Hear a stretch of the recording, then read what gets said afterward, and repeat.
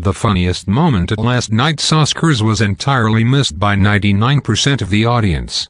Trevor Noah, host of The Daily Show, introduced Best Picture candidate Black Panther by absurdly pretending to have known the movie's lead character T'Challa. Growing up as a young boy in Wakanda, he said, "I would see T'Challa flying over our village and he would remind me of a great Joseph Reza Belun Jayabazi Ubandayakska, which means in times like these, we are stronger when we fight together than when we try to fight apart." The star-studded crowd roared their approval. Some punched the air. A few wiped away imaginary tears. Others hugged each other. This was exactly the kind of stirring, unifying, inclusive message everyone had been directed to crave at the most politically correct Academy Awards in history.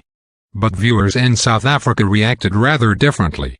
Because what Noah actually said in Xhosa, the Bantu language related to Zulu, was this: "White people don't know I'm lying." I burst out laughing when I found out about this, hours after the event. Which was truly ironic because I barely laughed once during the actual 3-hour ceremony. Noah's very clever subliminal prank so perfectly epitomized what Hollywood has become, a place so terrified of laughing at anything or anyone, that it's incarcerated itself inside a dour tomb of virtue signaling whatness. Had he said what those Xhosa words really meant, the same crowd cheering him would have crunched their faces, Botox permitting, into stony disapproving silence. None of them would have wanted to be seen laughing at a joke that sounds even potentially racist.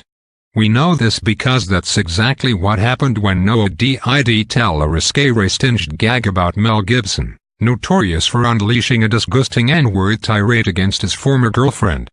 Joking about how everyone says Wakanda forever to him, as a homage to the Black Panther salute, Noah quipped, "Even backstage Mel Gibson came up to me like, Wakanda forever." He said another word after that, but the Wakanda was nice. The cameras cut to 3 professional comedians, Tina Fey, Maya Rudolph and Amy Poehler, all of whom looked like Noah had just said he'd killed all their pets. None of them was even cracking a half smile, let alone laughing. They couldn't be seen to find it funny lest someone somewhere might be offended. What the hell has happened to Hollywood? It used to be a town where inappropriate jokes were not just encouraged, they were mandatory. Bob Hope and Billy Crystal, who hosted the Oscars 27 times between them, littered their performances with near-the-knuckle jokes.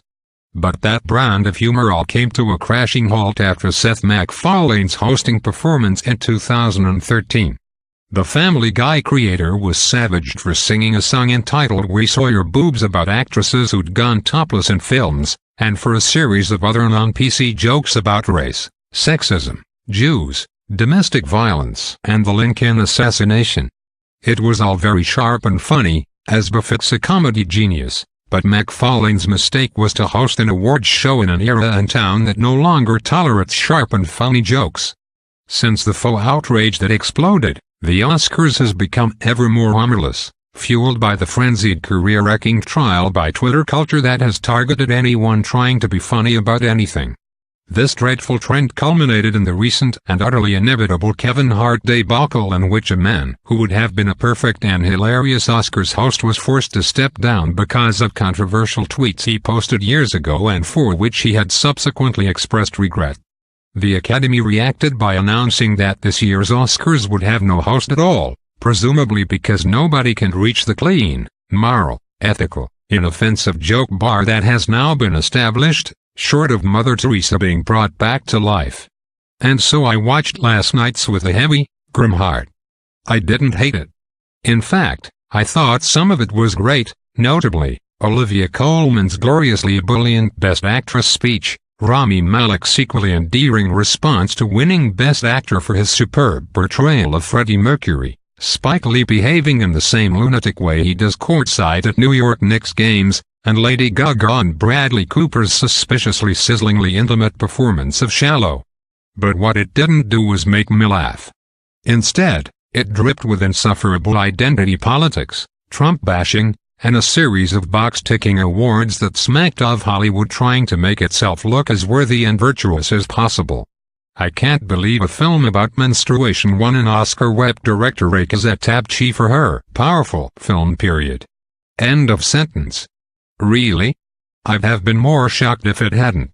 After all, the main winners last night were a film about a gay immigrant rock star, a film about a black superhero with an almost entirely black cast, a film about racial injustice in segregated U.S. South in the 1960s, a film about a black detective who goes undercover with the Ku Klux Klan, and Roma, a beautifully made but almost unwatchably dull, depressing and painfully slow black and white film about a Mexican maid, in Spanish with subtitles.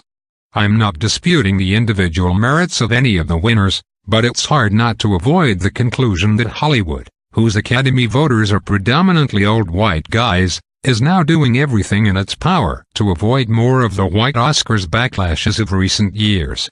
Even the red carpet morphed into a woke farce as Pose star Billy Porter turned up in the tuxedo skirt, presumably to make himself the new poster person for gender fluidity. He's magnificent. Screamed Twitter. He's ridiculous. I screamed back. In the end, the only real amusement came from watching people I'd never heard of, and frankly was quite happy never to have heard of, making fools of themselves on stage during the seemingly endless tedious production categories.